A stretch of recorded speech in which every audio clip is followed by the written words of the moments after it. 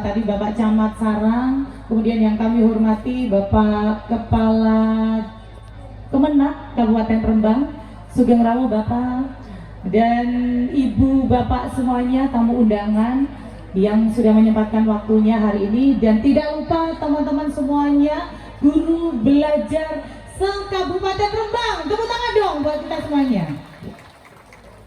Baik Bapak Ibu yang kami hormati, pada kesempatan ini kurang lebih 60 menit ke depan ya, saya Yanti Sulistiawati akan memandu sesi bincang belajar hari ini. Dan pastinya kesempatan ini saya tidak akan sendirian, judulnya saja bincang. Pastinya saya akan ditemani oleh sosok-sosok yang luar biasa ya. Dan kami panggil yang pertama untuk menemani saya di sini ya. Oke. Dan beliau ini adalah yang narasumber kita hari ini. Yang pertama, beri tepuk tangan yang meriah, kami persilakan kepada yang kami hormati Ibu Krismastuti MPD ya, Kepala Bidang PTK sekaligus PLT Sekretaris Dinas Pendidikan Pemuda dan Olahraga Kabupaten Rembang. Kami persilakan Ibu untuk ke atas panggung. Dan yang kedua, ini tidak kalah luar biasa ya ini, dan siang ini yang paling ganteng sendiri di atas panggung nanti. Ya, kami persilakan kepada yang kami hormati Bapak Haji Muhammad Muhson SAG MPDI, Kepala Kantor Kementerian Agama Kabupaten Rembang. Ya, luar biasa. Dan berikutnya, berikutnya di sini juga keren banget ya, ini seorang founder Okvisa dan analis perekonomian. Beri tepuk tangan yang meriah untuk Ibu Oktavira Saesa. Yeay, mantap. Oke, masih berikutnya, ini Pak banyak sekali narasumbernya. Ya, berikutnya, wah ini Kartininya Rembang juga luar biasa ini. Beliau adalah Sekretaris Dinas dan PLT Kepala Dinas Kebudayaan dan Pariwisata Kabupaten Rembang. Dan beliau juga menjabat sebagai Ketua PGRI Kabupaten Rembang. Pastinya semuanya sudah kenal ya. Siapakah beliau? Wih, beri tepuk tangan yang meriah dong untuk Bu Istiqomawati MPD. Iya, oke. Luar biasa, famous sekali ya Ibu ya. Oke, dan berikutnya ini dari Badan Koordinasi Provinsi Jawa Tengah Komunitas Guru Belajar Nusantara, ada Ibu Eni Alfiati MPD. Monggo Ibu. Iya, ini kursinya muat ya? Kayaknya kurang satu deh. Kayaknya boleh dia atau saya pangku. Oh Pak Musa di sini, oke. Tapi tetap kurang sayang. Iya, oke. Oke, monggo silakan Bu Eni. Ya, saya tak berdiri dulu nggak apa-apa tapi menunggu kursi. Oke, baiklah. Ya, kami ucapkan selamat datang kepada ibu, bapak narasumber hari ini luar biasa. Ya, di sana atau di sini? Di sini. Oke, berarti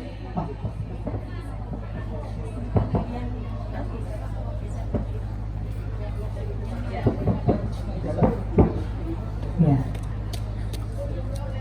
Oke, baik. Mohon maaf, Bapak. Oke, maksudnya di sini saja nggak apa-apa. Oke, terima kasih. Oke, baik, luar biasa. Bagaimana kabarnya Bapak Pak Muson yang perjalanan jauh? Oh, ini jauh semua ya, Bu ya? Iya, jauh semua. Pak Muson dari Rembang. Tadi Ibu Isti juga sudah sejak tadi pagi membersamai teman-teman. Ibu Krismastuti juga dan Ibu Okta ya. Paling dekat Bu Eni ini. Oke. Oke, baik. Ya. Oke, ya, terima kasih. Ya, Ibu Bapak semuanya yang hadir di sini. Pada kesempatan ini tema yang akan kita angkat ya di bincang sesi bincang ini adalah tentang kolaborasi. Nah, Jadi artinya membangun pendidikan itu bukan pekerjaan satu guru saja atau satu sekolah ataupun satu lembaga. Jadi pendidikan itu merupakan kerjasama. Ya, jadi karena itu saya ingin memulai diskusi ini ya dari gambaran yang paling luas terlebih dahulu, yaitu bagaimana arah kebijakan pendidikan dapat menjadi fondasi bagi lahirnya kolaborasi di Kabupaten Rembang. Dan sebelum kita masuk sesi diskusi penyampaian narasumber, nanti kami persilahkan untuk teman-teman di sini, para guru belajar yang luar biasa, untuk menyampaikan nanti mungkin pertanyaan untuk narasumber kita yang luar biasa ya. Jadi ini jarang-jarang kita langsung 1, 2, 3, 4, 5 narasumber sekaligus. Ya, sekali lagi sebelum kita mulai, boleh beri semangat dan tepuk tangan yang meriah untuk kelima narasumber kita. Yes. Oke, baik. Terima kasih. Langsung saja saya ingin menyapa narasumber yang pertama. Aduh, ini apa ini Bu? Oke, yang pertama ini ada Ibu Krismastuti. Ya. Mohon boleh dicek. Oke, mic-nya sudah ya. Ya. Ya, Bu Kris sehat Ibu? Alhamdulillah. Alhamdulillah di tengah kepadatan ya Bu ya. Baik. Ya, Bu Kris. Nah, Ibu ini kan sebagai perwakilan dari Dinas Pendidikan, Pemuda dan Olahraga Kabupaten Rembang yang membawahi di dunia pendidikan. Nah, di sini Bu, tema TPN tahun ini itu kan mengajak kita membangun Rembang sebagai desa dunia. Nah, dari perspektif Dinas Pendidikan Ibu, tantangan terbesar apa yang Dinas Pendidikan hadapi saat ini dalam meningkatkan kualitas pembelajaran di Kabupaten Rembang? Ya, boleh Ibu. Baik, terima kasih Bu Yanti. Selamat siang Bapak dan Ibu. Selamat siang Bapak dan Ibu guru semuanya. Halo. Alhamdulillah. Jadi Dinas Pendidikan Pemuda dan Olahraga ini sedang mengalami tantangan yang luar biasa Bapak. Di Dinas Pendidikan Pemuda dan Olahraga per Juli ini proyeksi yang paling menjadi tantangan besar itu adalah pemerataan jumlah guru. Tantangan ini menjadi sangat besar karena guru itu merupakan salah satu poin besar bagi sekolah untuk pelaksanaan proses pembelajaran yang bermakna. Nah, dengan adanya situasi yang masih belum bisa terpenuhi, dengan adanya Undang-Undang ASN nomor 20 tahun 2023, kemudian disusul lagi dengan SE dari Bupati, ini mengikat bahwa kita tidak boleh menambah guru di luar ASN. Sedangkan teman-teman guru sesuai dengan proyeksi di Dinas Pendidikan ini masih kekurangan. Itu yang pertama, tantangan yang sangat luar biasa karena mereka adalah poin utama untuk pelaksanaan proses pendidikan di sekolah masing-masing. Kemudian yang kedua, ini tidak kalah penting karena ini ada kolaborasi. Jadi sekolah tidak hanya ada guru tapi juga ada kepala sekolah. Kepala sekolah ini saya tidak tahu kenapa Bapak dan Ibu guru tidak tertarik untuk jadi kepala sekolah. Ada yang sudah senyum itu di belakang. Kepala sekolah di SD di Kabupaten Rembang saja saat ini karena ini masih proses, ada 65 kepala SD yang masih PLT. Artinya belum bisa definitif. Ini juga menjadi tantangan besar. Kenapa untuk jadi leader, untuk jadi pemimpin sekolah ini bukan sesuatu hal yang menarik bagi Bapak dan Ibu guru. Dengan adanya kegiatan-kegiatan seperti ini, salah satunya dari TPN ini kan sebenarnya sudah memacu bagaimana menjadi seorang leader, bagaimana untuk menjadi seorang pemimpin. Tapi ketika ditawari dengan tantangan yang jauh lebih besar, mereka mengundurkan diri, balik kanan semuanya itu.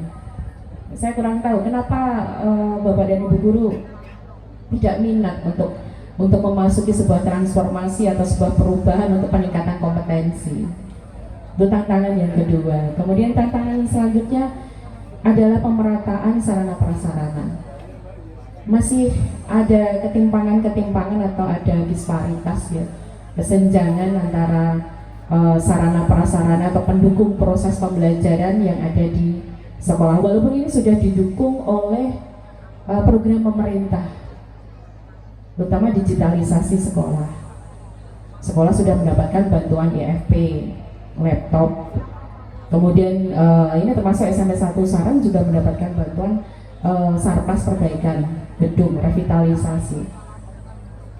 Ini yang mungkin masih belum dipahami oleh sekolah-sekolah juga, bahwa ketika kondisi sekolah itu membutuhkan sarana prasarana, itu kan ada proses, ada tahapannya. Salah satunya melalui dapodik. Kadang-kadang yang ada kepala sekolah yang kurang update dengan sistem di dapodik, bahwa itu harus diupdate supaya bisa terdeteksi di pusat, sehingga nanti Dindikpora, Dinas Pendidikan ini akan membantu untuk berkoordinasi supaya sekolah-sekolah juga mendapatkan pemerataan digitalisasi atau sarana prasarana yang sama. Kemudian selanjutnya ini adalah pemenuhan peningkatan kompetensi guru, pemerataan ya. Kalau tadi saya lihat dari ketua KGBM-nya tadi luar biasa, saya nanya ke belakang, ini guru mana gitu, Bu Isti juga sempat bertanya, guru mana, luar biasa begitu. Berarti ini cerminan muridnya juga akan sama. Kalau gurunya kualitasnya sehebat itu, berarti anak-anaknya juga punya kualitas yang harusnya jauh lebih hebat dari gurunya. Nah, ini yang kadang-kadang kurang merata. Peningkatan kompetensi guru itu sebetulnya banyak, Bapak dan Ibu. Dari Dinas Pendidikan, dari PGRI, itu banyak kegiatan-kegiatan yang bisa panjenengan gunakan untuk ajang kolaborasi dan meningkatkan kompetensi. Tadi juga sempat saya dengar disinggung tentang inklusi. Jadi ada pelatihan pendidikan untuk guru inklusi. Ini Rembang itu sudah jalan lama. Rembang hanya punya 3. Saya heran, gurunya itu kan ada 6.000 lebih ya. Tapi kenapa itu tidak menjadi hal yang menarik bagi teman-teman semuanya untuk mengikuti kegiatan pelatihan-pelatihan yang akhirnya nanti juga akan berdampak, karena kita diperlukan pendidikan atau proses pembelajaran yang mempunyai dampak ke peserta didik, bermakna untuk peserta didik, menyenangkan untuk peserta didik. Nah, ini jangan hanya berhenti, jadi tidak berhenti di lingkup pertemuan seperti ini, tapi yang kami harapkan dari Dinas Pendidikan, berharap tantangan ini dijawab oleh Bapak dan Ibu guru. Ketika panjenengan sudah berkolaborasi seperti ini, yuk kembangkan apa yang sudah panjenengan dapatkan, libatkan anak-anak, berikan itu untuk mempengaruhi anak-anak supaya memiliki pembelajaran yang bermakna. Bagaimana mereka nanti bisa menyusun rencana untuk masa depan. Ini jadi tantangan untuk kita bersama, dan saya rasa ini bukan hanya PR atau bukan hanya tugas dari Dinas Pendidikan Pemuda dan Olahraga. Ini adalah tanggung jawab kita bersama. Bagaimana tantangan ini menjadi sebuah harapan, menjadi sebuah pemicu, menjadi sebuah motivasi, sehingga nantinya ada perubahan-perubahan. Kalau hanya kalau hanya sekedar kumpul saja, ketemu dengan teman, tadi Pak Camat juga sudah sempat menyinggung gitu.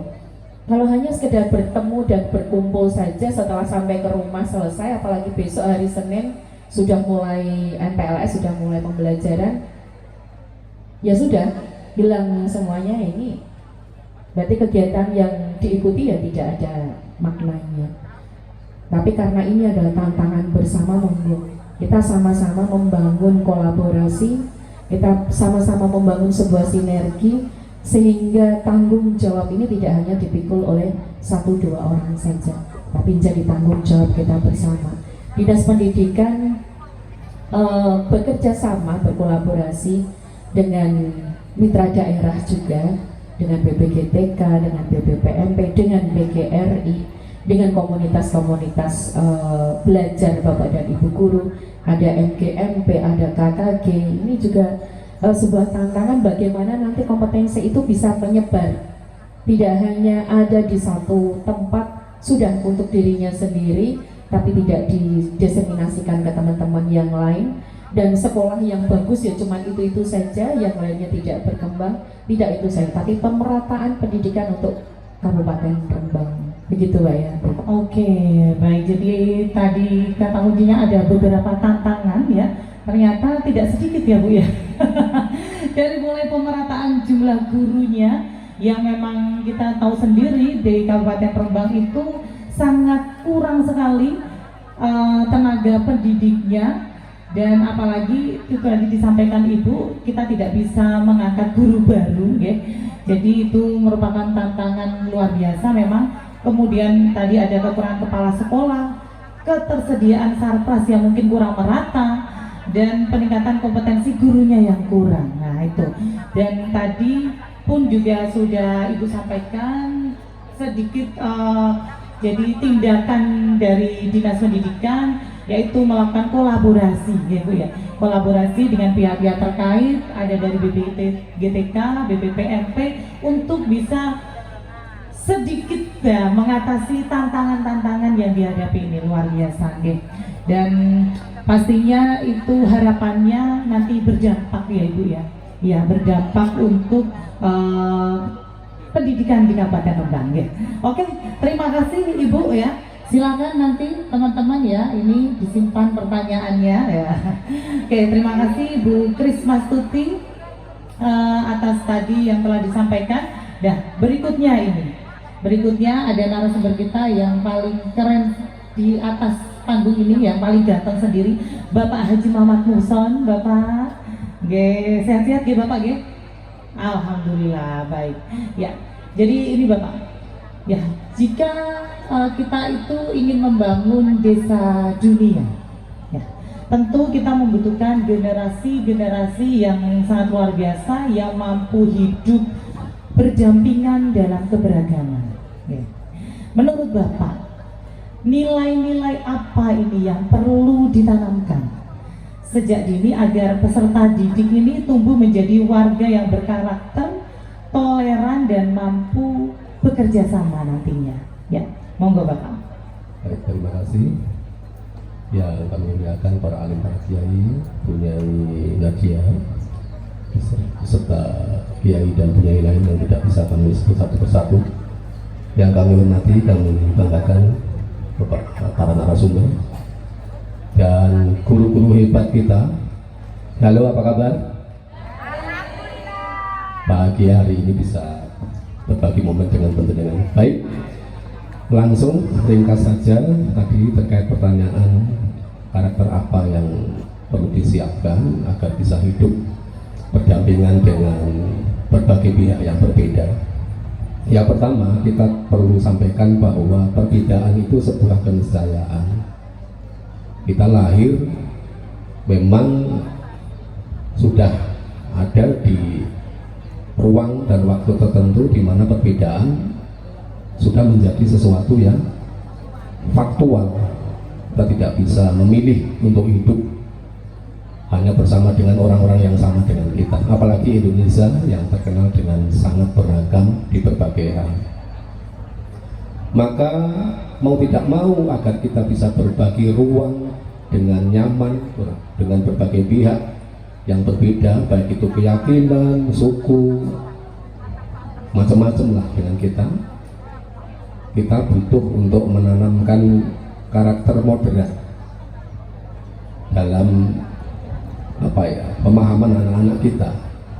Bagaimana anak-anak kita, dan bukan hanya anak-anaknya tapi seluruh masyarakat Indonesia, kita dorong, kita harapkan untuk memiliki pemahaman dan kesadaran moderat, termasuk dalam urusan pemahaman keagamaan. Karena kita tahu urusan pemahaman keagamaan ini salah satu hal penting yang akan menentukan bagaimana kita menyikapi orang lain, bagaimana kita berperilaku dan semacamnya. Nah, saya tidak akan menjelaskan lebih jauh tentang bagaimana moderasi beragama dan macam-macam, karena saya tahu Bapak Ibu para guru sudah mungkin mendapatkan informasi itu dari berbagai kegiatan yang lain, karena kita terbatas waktu kan. Saya dengar infonya katanya hanya 5 menit begitu kan.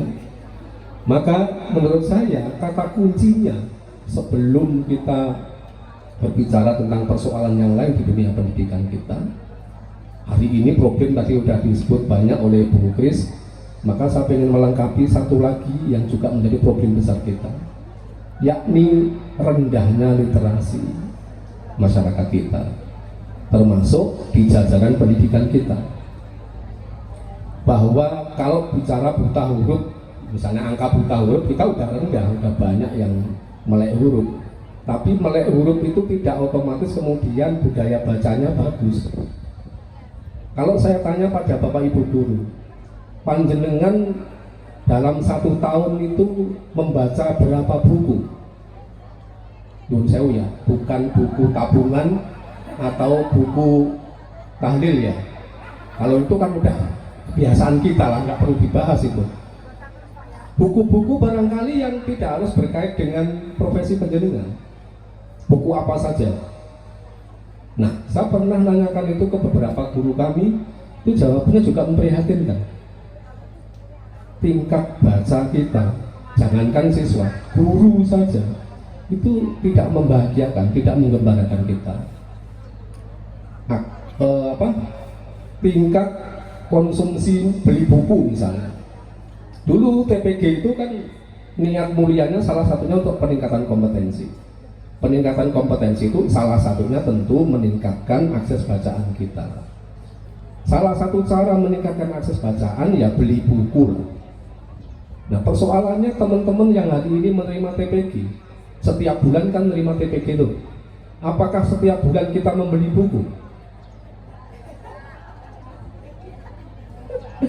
1 tahun jenengan beli buku berapa?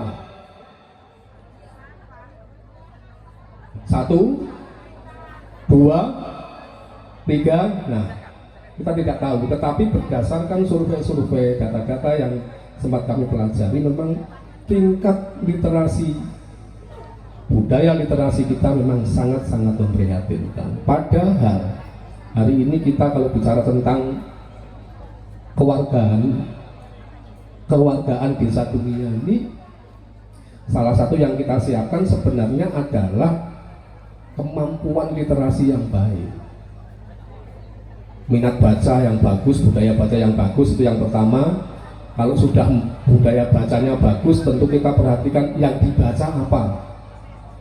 Karena hari ini dengan dunia yang sudah tidak ada sekatnya seperti ini, dengan teknologi informasi yang berkembang begitu cepat, informasi itu seperti air bah yang datang dari mana saja. Kalau kita tidak punya kemampuan menyeleksi apakah bacaan ini baik atau tidak, apakah bacaan ini menyehatkan jiwa rohani kita apa tidak, semua kita baca tanpa kita saring, tentu sangat membahayakan. Apalagi kalau hobi sharingnya itu asal dapat info langsung kita share. Harusnya ya saring dulu baru sharing. Itulah kemudian yang dulu membuat kegaduhan-kegaduhan yang tidak penting, ketika media sosial hari ini sudah menjadi dunia kita bersama. Saat kita mendapatkan informasi yang menurut kita penting, langsung kita bagi tanpa mempertimbangkan kemanfaatannya. Itu semua sebenarnya akan terseleksi dengan baik apabila kita punya kemampuan literasi yang baik. Maka saya berharap Bapak Ibu, ini momen spesial saat bertemu dengan panjenengan semua. Saya ingin berbagi informasi terkait yang dilakukan Kemenak Rembang saja terkait literasi ini, bahwa 2 bulan lalu kami membentuk komunitas literasi Kemenak Rembang. Waktu itu launching sekaligus bedah buku dari salah satu anggota kami, dan itu akan kita rutinkan Bapak Ibu. Setiap bulan ada kegiatan, di samping tentu kegiatan-kegiatan yang sifatnya insidentil. Kami mendorong teman-teman di Kemenak yang selama ini punya kompetensi bagus di urusan tulis menulis. Kalau selama ini mereka seolah berjuang sendirian, kami ingin berikan wadahnya. Di wadah itulah teman-teman bisa berbagi semangat, berbagi ilmu, berbagi pengalaman, sehingga akhirnya mereka kembali bersemangat untuk berkarya, dan harapannya nanti membantu yang lain, menyemangati yang lain untuk berkarya. Terakhir, mumpung ini Pak, terakhir 1 menit Pak. Di komunitas itu sekaligus nanti kami akan memfasilitasi teman-teman yang mau menerbitkan buku. Kita sudah siapkan penerbitnya, sehingga kita ingin teman-teman yang punya kemampuan menulis itu tidak hanya bingung ketika setelah selesai menulis bingung mau diterbitkan di mana, maka kami fasilitasi, dan pada saatnya setelah terbit mereka akan kita berikan panggung untuk kita bedah bukunya. Kita berikan kehormatan mereka, ada panggung untuk mereka mempresentasikan karya-karyanya, sehingga karya mereka paling tidak diketahui oleh kawan-kawan yang ada di Kementerian Agama. Semoga ikhtiar ini nanti akan berpengaruh positif terhadap gairah kita dalam berliterasi. Saya kira itu, Bu. Terima kasih. Baik, terima kasih. Bapak boleh beri tepuk tangan dong. Ya, jadi perbedaan itu suatu keniscayaan ya Pak ya. Dan mendorong anak-anak memiliki kesadaran moderat, dan tadi Pak meningkatkan minat literasi. Ya, oke, meningkatkan minat literasi. Jadi dan meningkatkan minat literasi ini diharapkan nanti bisa membantu peserta didik di sini ya Pak ya, khususnya itu nanti untuk bisa memperluas wawasan dan mampu menyaring informasi ya. Jadi tidak hanya asal share saja, ngoten nggih. Baik, terima kasih. Nah, lalu muncul di sini pertanyaan berikutnya.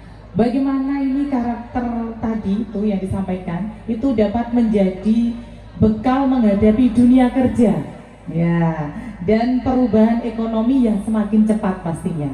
Untuk itu kami persilakan di sini narasumber kita berikutnya, ada Ibu Okta Firasa ya, di sini ya Bu ya. Jadi dari perspektif ya, bisa Bu? Bisa nih. Jadi dari perspektif dunia ekonomi dan pembangunan.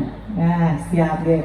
Kompetensi apa ini yang perlu mulai dibangun di sekolah ini khususnya ya, agar generasi muda di Kabupaten Rembang ini mampu beradaptasi, berdaya saing, namun juga tetap memiliki kepedulian terhadap daerahnya. Yes. Monggo kami persilakan Ibu.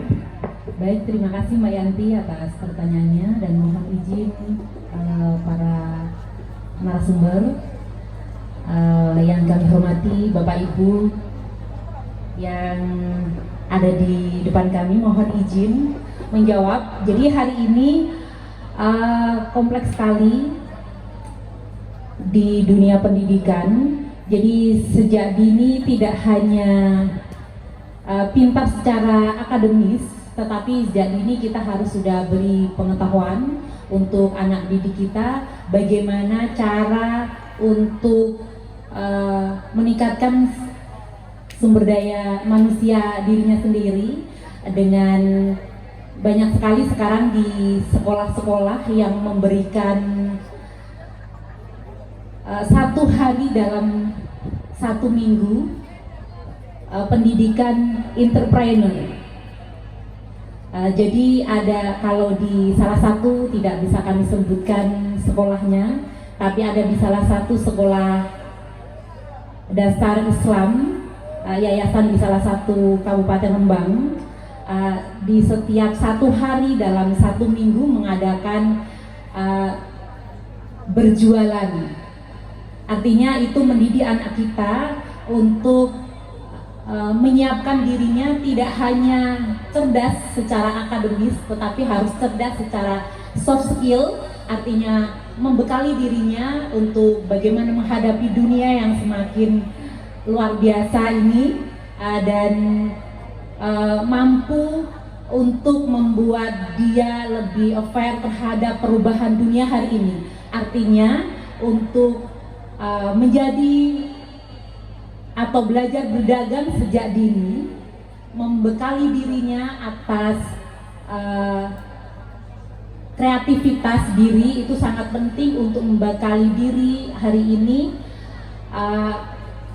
tidak gagap ke depan atas perubahan dunia yang luar biasa cepat seperti hari ini. Jadi ditanamkan bahwa berjualan itu tidak untuk tidak boleh gengsi, dan itu bisa mendidik mental anak-anak. Intinya tidak belajar untuk pede di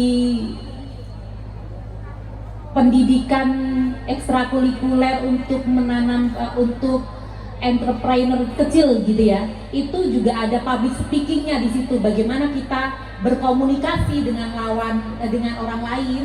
Kemudian soft skill di situ benar-benar ditempa, bagaimana menjadi karakter yang lebih kuat gitu. Dan untuk sekolahnya jangan hanya menjadi sekolah yang menerima bantuan dari pusat atau daerah dan atau provinsi, tetapi jadilah aktor perubahan untuk anak didik kita, bagaimana menciptakan peluang-peluang ide-ide untuk menguatkan mental anak-anak, tidak hanya untuk tujuan cerdas secara akademis, tapi juga cerdas secara ekonomi, mental, dan soft skillnya harus siap untuk menghadapi dunia hari ini. Oke, baik. Terima kasih, luar biasa. Tepuk tangan dong buat Ibu Opisa. Oh, oke. Oke, jadi tadi disampaikan Ibu, jadi untuk anak-anak itu tidak hanya dibekali bekal pengetahuan dan akademik saja, namun juga perlu soft skillnya, ya, diajarkan entrepreneurnya ya. Jadi dengan bekal komunikasi tadi ya Ibu ya, public speaking, betul, itu sangat dibutuhkan untuk anak-anak kedepannya dalam menghadapi dunia nyata yang sebenarnya. Gitu ya Bu ya, kurang lebih. Oke, ada yang mau ditambahkan Ibu mungkin? Cukup?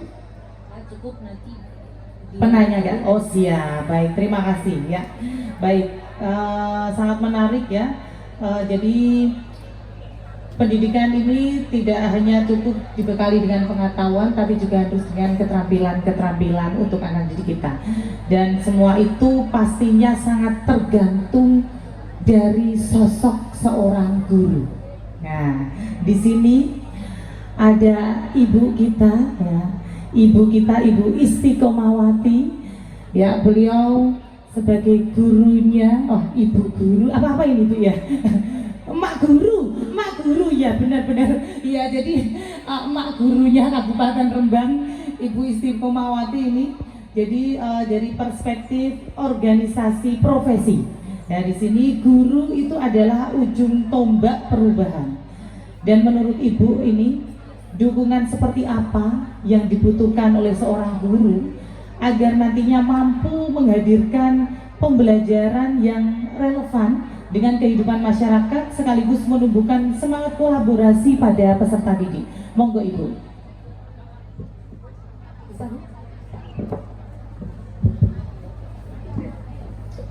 Bismillahirrahmanirrahim. Assalamualaikum warahmatullahi wabarakatuh. Masih semangat? Halo? Hai? Oke. Selamat siang semuanya. Yang saya hormati Bu Nyai, yang saya hormati Pak Kepala Kemenak Kabupaten Rembang, Pak Mukson, teman-teman guru dan yang pernah jadi guru sampai saat ini juga masih tercatat sebagai guru. Bu Grace sama dengan saya sebetulnya sudah pernah jadi guru. Mbak Okta ini teman kolaborasi dengan Dinbudpar.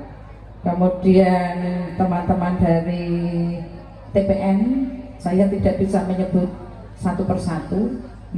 Alhamdulillah, puji syukur kita panjatkan pada Allah Subhanahu wa ta'ala, Tuhan yang Maha Kuasa. Hari ini luar biasa, meskipun siang terik, panas, tapi tidak memadamkan semangat, bahkan lebih menyalakan semangat. Terutama saya bersapa kepada guru-guru hebat yang ada di depan saya. Selamat siang. Alhamdulillah, bisa semangat juga. Ibu dan Bapak yang saya hormati, berkesempatan hari ini bersama-sama dengan para guru hebat teman-teman dari TPN, kami dari PGRI Kabupaten Rembang. Saya tadi bersama dengan Bu Bendahara, ayo kita menghadiri, kita juga nanti bersama-sama dengan Bapak Ibu guru yang hebat lainnya. Ibu dan Bapak, pendidikan di Indonesia atau secara mendunia ini bukan hanya tanggung jawab ada di pundak ibu dan bapak guru saja. Justru pendidikan ini dimulai dari pendidikan dari rumah, oleh orang tua, oleh ibu dan bapak, oleh orang-orang yang ada di dekat di dalam rumah. Ini pendidikan awal berasal dari rumah, termasuk pendidikan ketika mendapatkan bahasa ibu. Bahasa ibu di rumah orang Jawa memakai bahasa Jawa.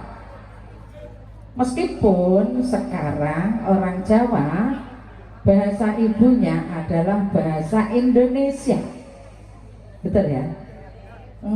Ibu-ibu sekarang menggunakannya bahasa Indonesia.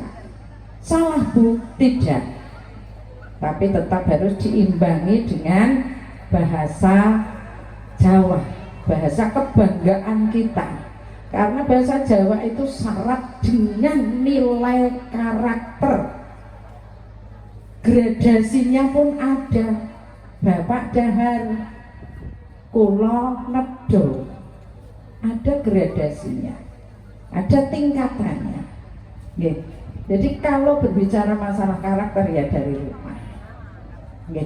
Ibu dan Bapak, bekal apa yang bisa dibawa guru? Dukungan apa? Ya dukungannya kembali lagi ke guru. Kalau itu di sekolah, guru yang bagaimana? Guru yang berkompeten. Berkompeten apa Bu? Komprehensif. Komprehensif, menyeluruh. Mampu di keilmuan, mampu di karakter, dan mampu membangkitkan kemampuan skill, keahlian anak-anak. Kemudian guru ini harus bagaimana lagi? Guru ini juga bisa mengantarkan anak-anak ke budaya literasi numerasi seperti yang tadi disampaikan oleh Bapak kita dari Kemenak, Pak Hudson. Saya setuju, literasi dan numerasi, meskipun pemahamannya mungkin dulu kita memahaminya memang membaca buku, tetapi dalam perkembangannya membaca itu bisa dalam bentuk apa saja, bahkan membaca lambang di perempatan, di pertigaan itu ada ujian kemampuan berliterasi, traffic light, abang, barabang apa? Barabang hijau apa kuning? Hijau apa kuning? Nah jenengane gak gatekno ate. Iya ora. Nek engko nek kondur, Nah, engko nek kondur, nek perapatan mandek sik foto cedek laporno Bu Isti. Bu, abang hijau kuning apa abang kuning hijau? Kemampuan literasi Pak, ini yang paling nyata Pak. Nek kan maca buku saiki lebih seneng maca WA. WA wae gak diwaca. Nggih, padha aku. Lampu lalu lintas traffic light abang kuning hijau. Wes mudhun Bu, sik tak takoki neh. Kenapa nek lampu kuning kok ndang-dadi digas? Kenapa Cik? Bar ijo terus ngerti wah ijone sekian detik. Gues kuning, gues. Memang nah ini kemampuan literasi loh Pak. Enggak usah anak-anak kita yang dewasa Pak. Nggih. Abang kuning ijo abangi mandek, ijo mlaku kuning ini hati-hati persiapan. Nek bar ijo yo mandek kan persiapan, orang usah malah digas. Tapi saya punya pengalaman Pak, ketika saya ada di perempatan Lasem, utaranya Masjid Jami.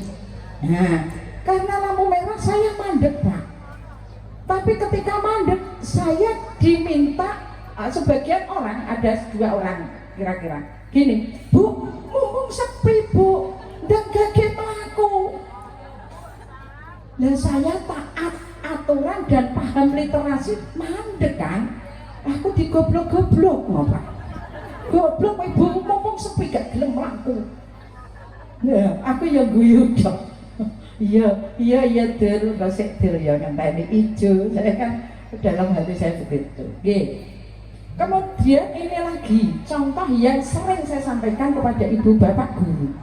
Ketika penjenengan setelah ada keperluan dari Dinas Pendidikan Pemuda dan Olahraga, di depan itu kan ada rambu-rambu belok khusus roda 2.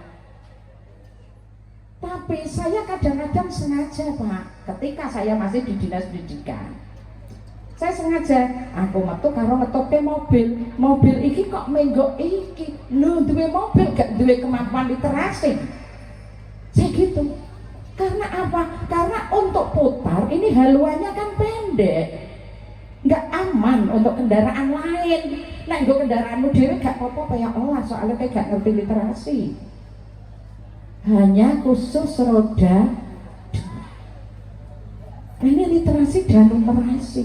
Nah, kalau seorang guru punya kemampuan literasi numerasi ketika mengajar kepada anak-anak, tidak hanya mengajar ilmu pengetahuan tetapi juga memberikan contoh kontekstual, contoh yang benar-benar ada di sekitar kita di kehidupan sehari-hari. Misalnya saya pakai literasi keuangan, ini hubungannya dengan Mbak Oktabaran dengan Pak Nelson juga. Literasi keuangan tolong bisa diajarkan. Caranya bagaimana Bu? Anak-anak itu kan tiap hari bawa uang saku 10.000 misalnya. Sekolah memberikan sosialisasi terkait dengan literasi keuangan kepada anak. Sing piye Bu? Nyelengi seko duit sangu 2.000 saja, 2.000 sedino, berarti nek sesasi tak anggap selawe dino 50.000 kali 1 tahun, anggap saja 10 bulan, berarti ada uang atau tabungan 500.000. Kalau dia di kelas 8 1 semester mendapatkan 250.000, terkumpullah kelas 7 2 semester, kelas 8 1 semester, ada 3 semester 750.000. Misalnya sekolah melalui kesiswaan punya program keluar outing, jenengan gak usah nyuwun wong tuwa iki sing mare geger ning njaba ngene iki. Gitu? Literasi keuangannya sejak mumpung besok mau PMPLS, Pak sarankan Pak Derajat dan teman-teman kepala sekolah yang lain, literasi keuangan. Anak mulai berbudaya menabung, kemudian anak-anak nanti tahu lingkungan kita Indonesia itu tidak hanya Rembang, tapi ada Jogja, ada Jakarta, ada Solo dan lain-lain. Maka ketika guru mengajarkan pelajaran IPS tidak sekadar teori. Ketika anak-anak melakukan kegiatan outing ke Solo, oh iya ternyata betul ya Solo itu ada. Tidak hanya di atas, tidak hanya di peta, tidak hanya di cerita. Jadi tahu, oh ada Solo. Pelajaran bahasa Inggris masuk juga, dan Solo ketemu orang asing. Raketang bocah iku ngomongnya teng pecotot bahasa Inggris sing tapi kan ada kemampuan dia, keinginan dia untuk berkomunikasi dengan orang asing, menguji. Oh iya, aku kok pelajaran bahasa Inggris, yuk kita terapkan. Pelajaran agama masuk juga ketika anak-anak outing. Learning sekolah diajari sholat jamak. Nek bocah gak tahu lunga, gak tahu lunga dalam jarak yang ditentukan lebih kurang 86 kilo ya Bapak Kemenang, 86 kilo ya batasnya untuk sholat jamak, kurang lebih. Dan nek bocah neng omah terus suka sholat jamak, emang teori tok lah bolo. Nggih murah. Iya makna iku. Nggih, itu banyak sekali yang lain. Maka kemampuan guru adalah utama. Piye carane? Termasuk literasi pengelolaan waktu sehingga anak tidak terlambat ke sekolah. Ngitung turu jam pira, tangi jam pira, bar tangi kowe lah apa? Salat, adus, ngewangi wong tua berapa menit. Ini anak-anak sudah mulai menerapkan numerasi. Jadi di sini bayangannya literasi ki piye, numerasi panjenengan sudah menerapkan Pak Bu, tapi kadang panjenengan nggak menyadari itu sudah panjenengan ajarkan. Ngerti nggih, literasi keuangan, literasi pengelolaan waktu itu diantaranya panjenengan sudah tahu nanti seperti apa literasi dan numerasi. Kemudian jangan lupa, tadi disampaikan juga ini ada Mbak Okta dari perekonomian. Mengapa dihadirkan? Ibu dan Bapak, kita itu hebat tidak bisa sendiri. DWA nyambut gawe terus arep hebat, ora iso bolo, ngantek-entek umure dhewe gak iso. Harus ada bentuk kolaborasi, kerjasama, kemitraan. Silakan. Ketika sekolah mau akreditasi penilaian, ini tentu ada salah satu penilaian dari bentuk kerja sama. MOU-mu ono piro Pak Kepala Sekolah? Semakin banyak nilainya semakin bagus nilainya. Nah, kami Mbak Okta dari perekonomian, saya secara kedinasan ada Dinbudpar siap berkolaborasi. Kemarin sudah ada 3 sekolah yang menyiapkan MOU dengan kami. Kami menyiapkan lahan untuk sekolah-sekolah adiwiyata maupun yang menuju ke adiwiyata. Silahkan kami siapkan lahan untuk melaksanakan kegiatan adiwiyata. Kami juga bisa, karena apa? Ada Sabta Pesona Pariwisata, hampir sama dengan sekolah adiwiyata. Jadi bekalnya adalah pada guru itu sendiri. Kemampuan yang komprehensif, baik ilmu pengetahuan, kemudian karakter dan skill. Skill ini melalui pelatihan-pelatihan, mungkin nanti kerjasama dengan perekonomian, dengan media, itu bisa juga.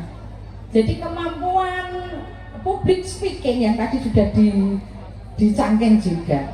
Nanti setelah masuk besok ya, kelas 8-9 kan tidak MPLS. 8-9 ini bisa dites public speakingnya, beri tugas anak-anak menceritakan ketika kemarin liburan itu seperti apa, tidak usah ditulis, langsung misalnya. Nah ini kemampuan public speaking, ini bisa ngomong ngarepe wong ora, kan gitu, ya. Semakin anak itu pede, semakin dia paham, bisa public speakingnya bagus.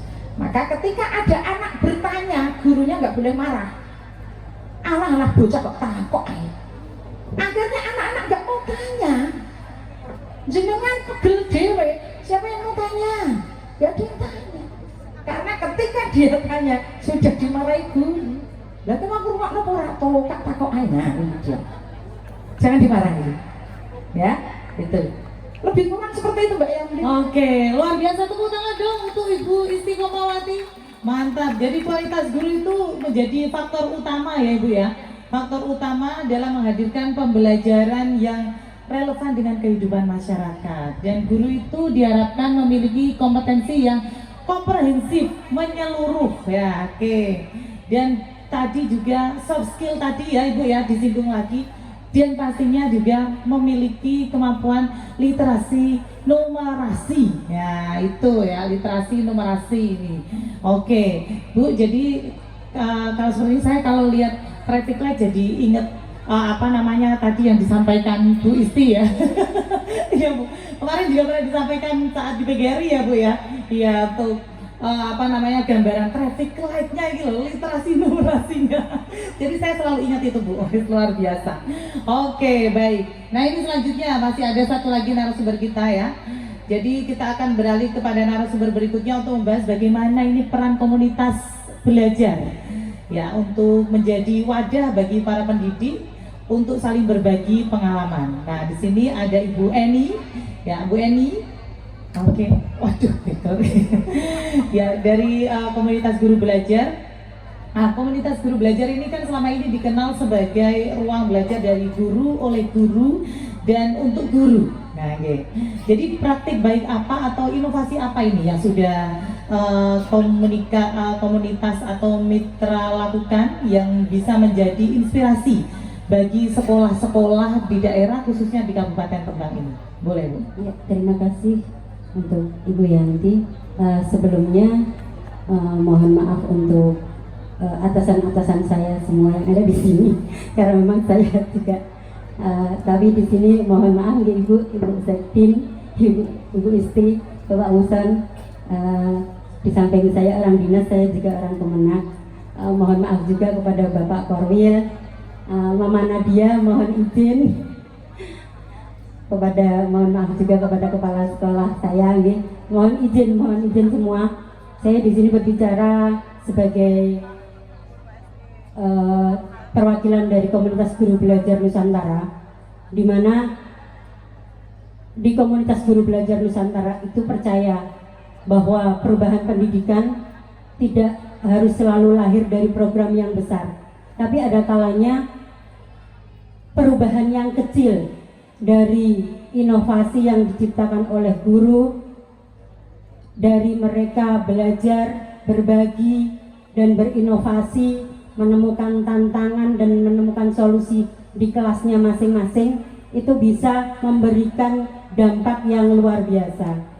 Jadi komunitas guru belajar, kami memiliki kegiatan-kegiatan praktik baik, seperti contohnya hari ini Temu Pendidik Nusantara, yang sebenarnya Temu Pendidik Nusantara ini merupakan gongnya dari kegiatan kami tiap bulan.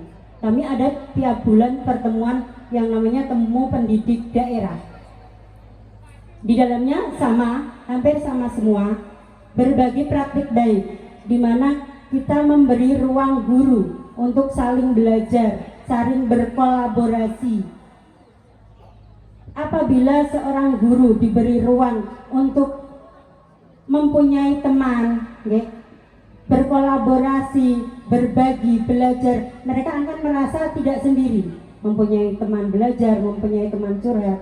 Nah, seperti yang Bapak Ibu hadiri hari ini, itu merupakan kegiatan gongnya dari pembelajaran-pembelajaran yang kami lakukan, kegiatan-kegiatan yang kami lakukan tiap bulan, baik itu secara offline maupun online, itu di Kabupaten Rembang. Sedangkan kami di pusat ada yang namanya Temu Pendidik Live, juga gabungan dari seluruh Nusantara. Kami di sini memang diberi mandat untuk menyampaikan juga kegiatan kami, Bu Yanti. Di Temu Pendidik Nusantara ini nanti ada berbagai kelas-kelas, di mana jenengan para guru bisa memilih sesuai kebutuhan jenengan yang jenengan butuhkan di sekolah. Ada sekitar 15 kelas. Niku kita tidak harus saya jenengan wajib di sini. Jenengan harus di sini, tidak. Di dalam kami benar-benar merdeka memilih sesuai dengan kebutuhan jenengan masing-masing. Dan terima kasih untuk para pengisi misi belajar yang luar biasa yang hari ini lolos kurasi nggih. Dan perlu Bapak Ibu pembicara ketahui bahwa nanti selain temu pendidik Nusantara daerah ini yang merupakan gong dari Kabupaten Rembang untuk menyelenggarakan temu pendidik, itu ada puncaknya, yaitu temu pendidik Nusantara puncak di Jakarta pada tanggal 10-11 Oktober, di mana itu juga dihadiri semua guru-guru seluruh Indonesia.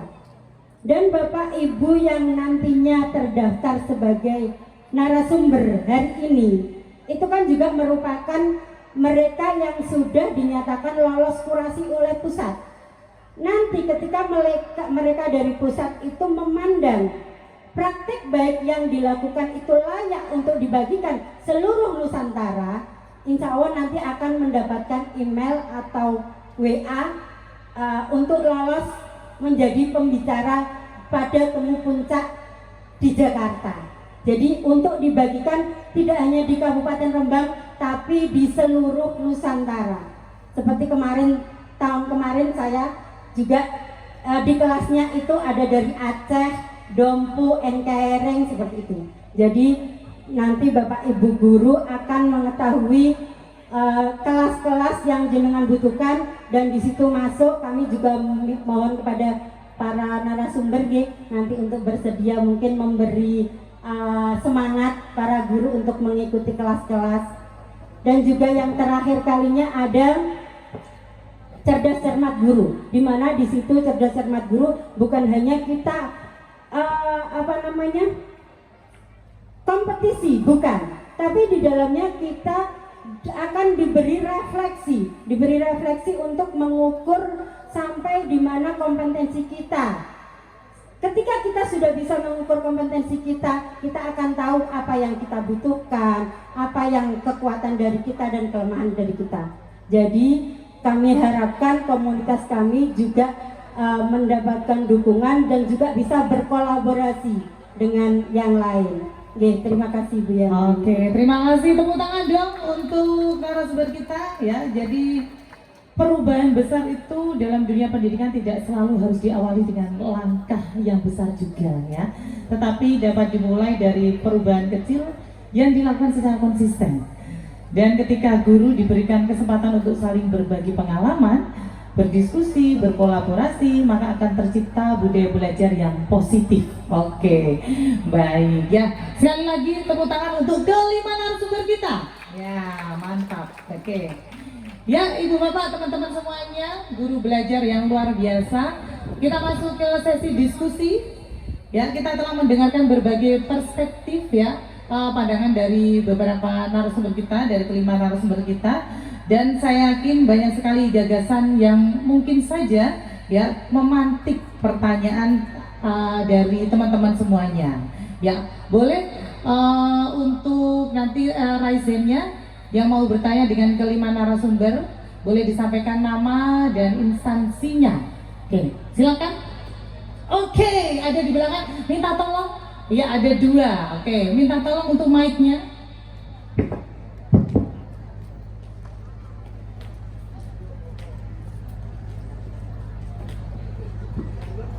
Ya, di belakang dulu. Oke. Boleh disampaikan nama, asal instansi, serta pertanyaannya nanti singkat dan jelas ya.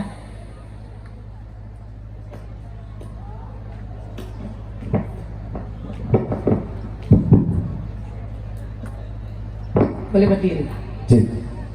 Assalamualaikum warahmatullahi wabarakatuh. Salam hormat saya sampaikan kepada Bapak Kakan Kemenak, kemudian dari Ibu dari perwakilan KGBN Rembang, kemudian Bu Sekdin Kebudayaan Pariwisata, Ibu Kabid PTK Dindikpora, dan terakhir Bu Okta. Perkenalkan, saya Ismanto dari SD Negeri 3 Pamotan. Mohon maaf, mungkin ini pertanyaan saya nanti tertuju lebih spesifik kepada Bu Okta. Ya, ini sangat menarik bagi saya. Beliau ada background analis ekonomi, karena saya dulu basicnya kuliah jurusan pendidikan ekonomi ya. Kemarin ngabdi di SMP dan sekarang ngajar di SD. Gini Ibu, tadi terkait entrepreneur ya. Yang pertama ini sangat menarik tadi ya, karena saya ada irisan di ekonomi. Kemudian yang kedua, pendidikan entrepreneur memang makin kesini makin relevan untuk lebih digiatkan di pendidikan formal.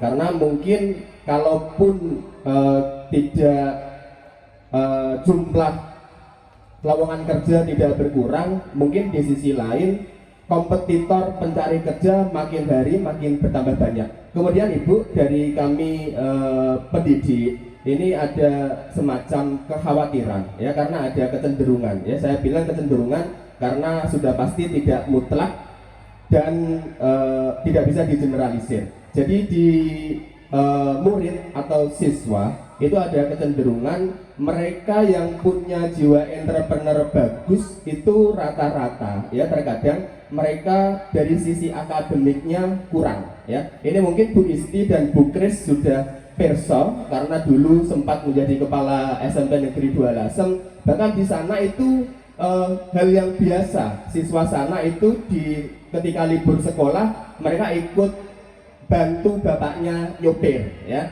Ini kan dari sisi entrepreneur bagus, mereka bisa cari uang sendiri. Tapi dari kebanyakan mereka itu secara prestasi kurang.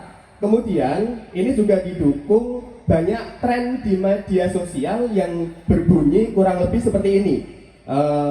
Ini banyak siswa yang merepost ya, memposting ulang, kurang lebih captionnya, kita kalah di pendidikan, kita buktikan di pengalaman. Maksud kami sebagai pendidik, kalau bisa keduanya berjalan beriringan, kenapa harus salah satu? Nah ini mungkin yang mungkin nanti ada insight dari Bu Okta, apa yang harus kami lakukan sebagai guru supaya di siswa itu tumbuh jiwa entrepreneurnya, tapi secara prestasi mereka juga oke, seperti itu. Terima kasih. Wassalamualaikum warahmatullahi wabarakatuh. Waalaikumsalam warahmatullahi wabarakatuh. Oke, terima kasih untuk Bapak Ismanto dari SD Negeri 3 Pamotan.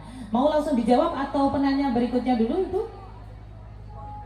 Langsung dijawab? Oke, siap ya. Jadi ini mohon insight atau tipsnya ya, bagaimana biar anak-anak itu juga jiwa entrepreneurnya itu dapet, tapi juga di akademiknya juga nggak ketinggalan. Nah, monggo Ibu Okta, silakan. Baik, terima kasih Pak Guru Ismanto. Jadi alhamdulillah di sini ada sahabat SMA saya di depan, namanya Anas Nasrudin.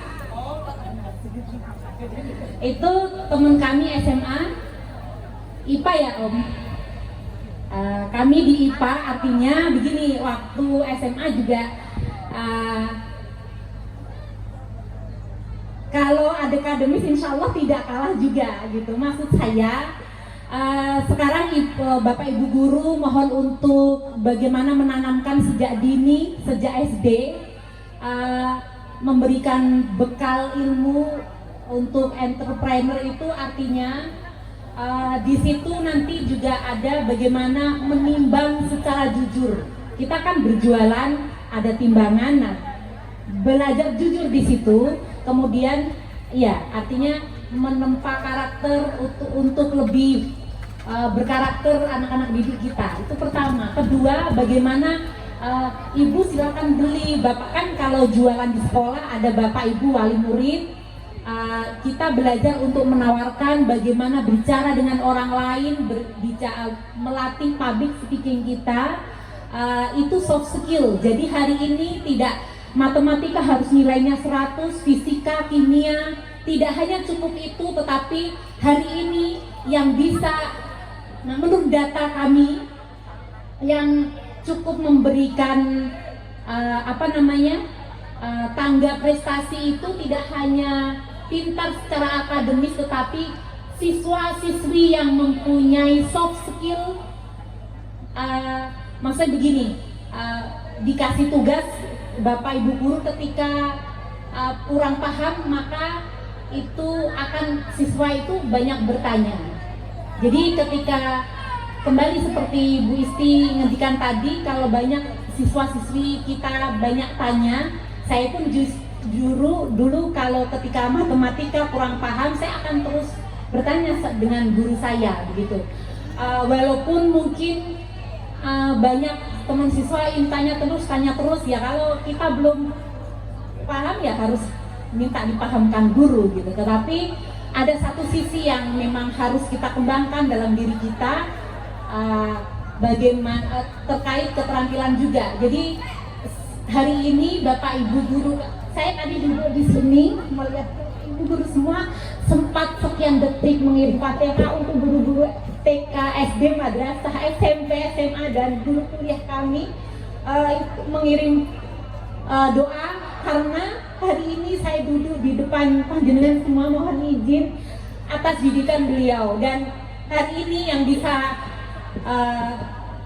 kami bisa ekspor ke Dubai dan di Tongtong Fest festival terbesar di Belanda di 2021 dan 2022 itu ada produk rajut Bu, yang dulu waktu SD Bu Isti sama Bu Kris kami dibekali oleh ibu guru kami SD untuk bisa mengkristik, menyulam dan merajut, dan itu hidup, ilmu itu hidup dan berkembang pesat di kami, dan kami bisa menularkan di desa-desa di seluruh Kabupaten Rembang insya Allah, sampai di Demaan, Kecamatan Gunem, di Pamotan, Kaliori banyak sekali, dan itu dari ilmu jariah yang ibu bapak guru zaman SD berikan ilmu itu ke kami gitu. Nah di 2018 ibu bapak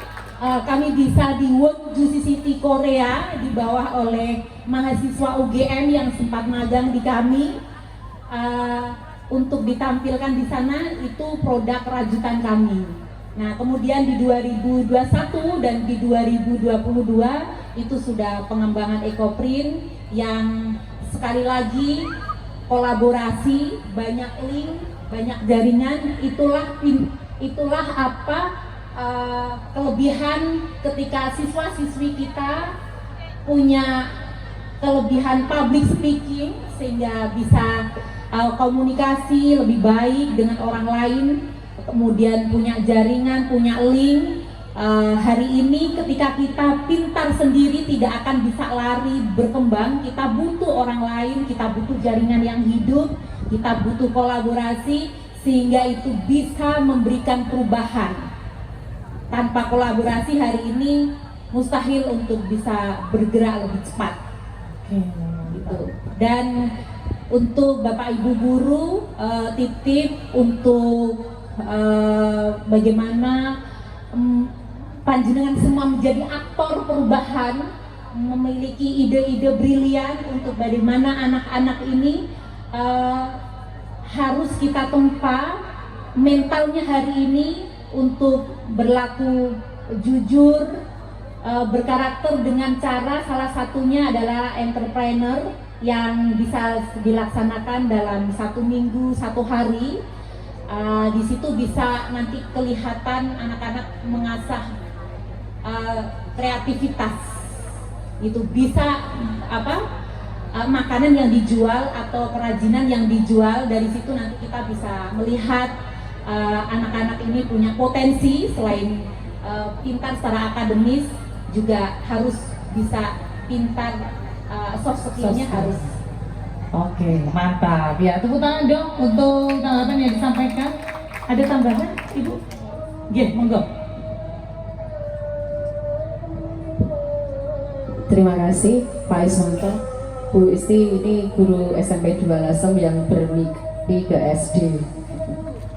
Ini guru SMP 2 Lasem yang luar biasa. Oke, menambahkan saja,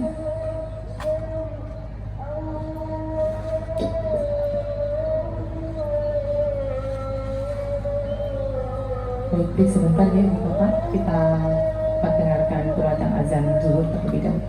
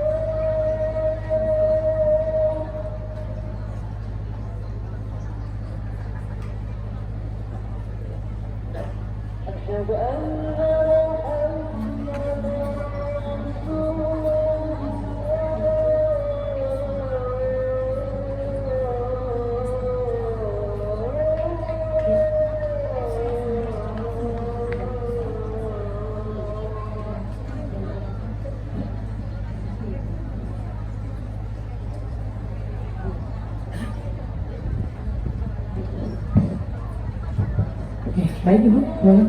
Belum.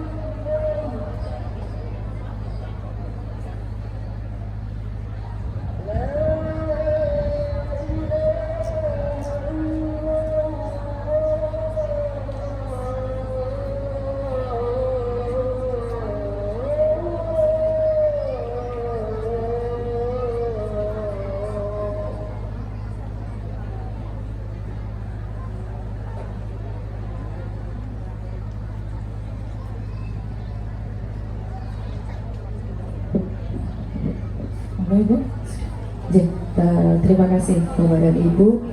Ingin menambahkan saja, tadi sudah disampaikan oleh Mbak Okta banyak sekali. Jadi kalau ilmu tentang entrepreneurship atau kewirausahaan itu adalah soft skill atau keterampilan anak-anak. Tadi yang menarik di kami itu adalah tentang siswa yang memiliki entrepreneurship tinggi, tapi kenapa nilai akademisnya tidak diikuti. Nah, ini yang diperlukan siapa berarti? Yang diperlukan adalah Bapak dan Ibu guru. Panjenengan punya peranan penting buat murid di sekolah. Yang pertama adalah menjadi teladan. Ketika panjenengan menjadi teladan buat anak-anak, berarti panjenengan menjadi contoh. Anak-anak itu kan tidak bisa sendiri. Artinya ketika mereka menjadi belajar atau memiliki kemampuan entrepreneurship tinggi, mereka harus punya teladan juga yang mendampingi, yang memberikan contoh baik kepada anak-anak. Jadi jangan dilepaskan. Berikan mereka teladan bahwa keterampilan yang mereka miliki itu bagus dan bisa dikembangkan, tapi berikan contoh bagaimana mereka bisa menempatkan keterampilan itu sehingga menjadi sesuatu hal yang lebih bermanfaat. Kemudian peran yang kedua Bapak Ibu, yaitu pendampingan. Tidak hanya sebagai teladan saja, Bapak dan Ibu guru juga sebagai pendamping. Nilai akademis itu bukan hanya satu-satunya ukuran keberhasilan seseorang, tapi nilai akademis juga pendukung. Ilmu akademis di kelas itu juga merupakan salah satu pendukung untuk mereka nanti bisa terjun di masyarakat. Pedagang nggak mungkin kan nggak menguasai ilmu matematika, rugi laba, jelas nggak mungkin itu. Jadi ini sampaikan ke anak-anak supaya mereka tidak hanya punya keterampilan atau soft skill saja, tidak tentang entrepreneurship saja, public speaking saja, tapi bekal secara akademis. Ilmu keterampilan yang lain juga diperlukan di akademis. Misalnya bahasa Inggris, kalau tadi Mbak Okta menyampaikan sudah sampai ke Dubai, sampai ke Korea, kan pakainya bahasa internasional itu. Berarti siapa yang akan memberikan dukungan itu? Ya Bapak Ibu guru. Berikan ilmu yang nantinya mereka tahu bahwa ilmu yang mereka dapat, akademis yang mereka dapat di sekolah, itu nanti juga akan bermanfaat ketika mereka mulai menggeluti entrepreneurship yang jadi bekal mereka. Kalaupun tadi ada anak-anak, terutama ini kalau disoroti Pak Ismanto, anak-anak SMA, SMP 12 itu kalau libur itu ikut orang tuanya ngernet. Derek bapak ibu itu sopir truk matan itu. Itu kan juga butuh ilmu gitu. Nggak mungkin kernet kondektur atau sopir tidak tahu literasi atau tidak tahu numerasi. Bisa salah jalan, traffic light tidak tahu ya kan, salah jalan nanti. Nah ini fungsi atau peran bapak dan ibu semuanya sebagai teladan dan sebagai pendamping. Kemudian yang ketiga, peran yang terakhir itu adalah fasilitasi. Berikan fasilitas pendukung kepada anak-anak didik, kepada murid-murid panjenengan ketika mereka ingin kita bekali dengan keterampilan dasar atau soft skill atau entrepreneur atau apapun keterampilan-keterampilan yang nanti mereka bisa kembangkan. Ini adalah bagian dari panjenengan memfasilitasi. Jangan dibiarkan anak-anak sendirian, wes tak warai batik, wes terserah kowe arep batik apa ora. Tidak seperti itu gitu. Perlu fasilitas itu juga perlu untuk panjenengan sampaikan ke anak-anak supaya mereka bisa memanfaatkan secara penuh. Sehingga ketika mereka selesai sekolah, lulus, kalau kita pendidikan dasar sampai 9 tahun sampai di SMP, mereka lulus SMP, mereka punya bekal. Kalau toh memang orang tuanya tidak bisa menyekolahkan, tapi sebetulnya kalau sekarang itu sekolah itu kan sudah jauh lebih banyak lah, lebih mudah untuk diakses. Tidak ada anak yang tidak bisa sekolah. Harapannya kan seperti itu. Anak tidak sekolah itu sudah mulai bisa ditekan. Banyak ada PKBM, kemudian ada sekolah-sekolah paket gitu, paket A, B, C, itu kan bisa jadi salah satu cara anak-anak untuk tetap melanjutkan sekolah. Nah ketika mereka lulus sekolah, misalnya pun kalau tidak melanjutkan, mereka sudah punya bekal. Bekalnya tidak hanya soft skill saja, tapi bekalnya juga sudah bekal akademis yang panjenengan berikan ketika mereka sekolah. Jadi ketika mereka jadi entrepreneur, mereka jadi entrepreneur yang bertanggung jawab, entrepreneur yang cerdas, entrepreneur yang kreatif dan kritis. Jadi kalau dicontohkan oleh Mbak Okta tadi, beliau merasa ini doa-doa dari guru-gurunya tidak akan pernah putus gitu. Nah untuk menciptakan seperti itu berarti kita harus menumbuhkan karakternya. Nah karakter-karakter inilah nanti yang diberikan oleh Bapak Ibu guru ketika di sekolah. Oke, mantap. Terima kasih Bu untuk penambahannya. Bagaimana Bapak Ismanto ya? Ya sudah cukup jelas ya dengan jawaban dua narasumber kita. Ya jadi di sini tadi keseimbangan antara pembentukan karakter, penguasaan akademik, dan pengembangan soft skill ini menjadi bekal penting untuk menciptakan generasi yang berdaya saing. Ya, kurang lebih seperti itu. Baik ya. Untuk penanya berikutnya silakan satu saja penanya. Ya, mohon disampaikan nama, instansi, dan pertanyaan singkat jelas. Kami silakan. Assalamualaikum warahmatullahi wabarakatuh. Terima kasih kesempatan belajarnya Bapak Ibu semua narasumber yang ada di depan. Perkenalkan, saya Aji Pangestu dari STAI Al Anwar Sarang Rembang. Izin bertanya kepada Bapak Ibu sekalian, terkhusus tadi Bu Kris yang sempat menyampaikan ada pelatihan pendidikan inklusif di Kabupaten Rembang. Sementara ini kami sangat tertarik dengan isu itu, tetapi tadi disampaikan barangkali saya tidak keliru, hanya ada 3 guru yang ikut join di pelatihan padahal guru sebegitu banyaknya. Harapan kami, apakah bisa misalnya kita itu tidak harus jadi guru dulu, karena di awal tadi kita sudah sempat mendengarkan bahwa pendidikan itu tidak bisa sendirian, jadi harus ada mitranya, keluarganya, komunitas dan yang lain sebagainya. Nah, apakah memungkinkan kita itu tidak perlu jadi guru dulu, bisa ikut pelatihan pendidikan inklusif ini? Begitu, misalnya saya, tetangganya Pak Joko bisa ikut, saya, ponakannya Pak Indra bisa ikut, sehingga kita bisa ikut mensukseskan pendidikan ini agar tidak sendirian.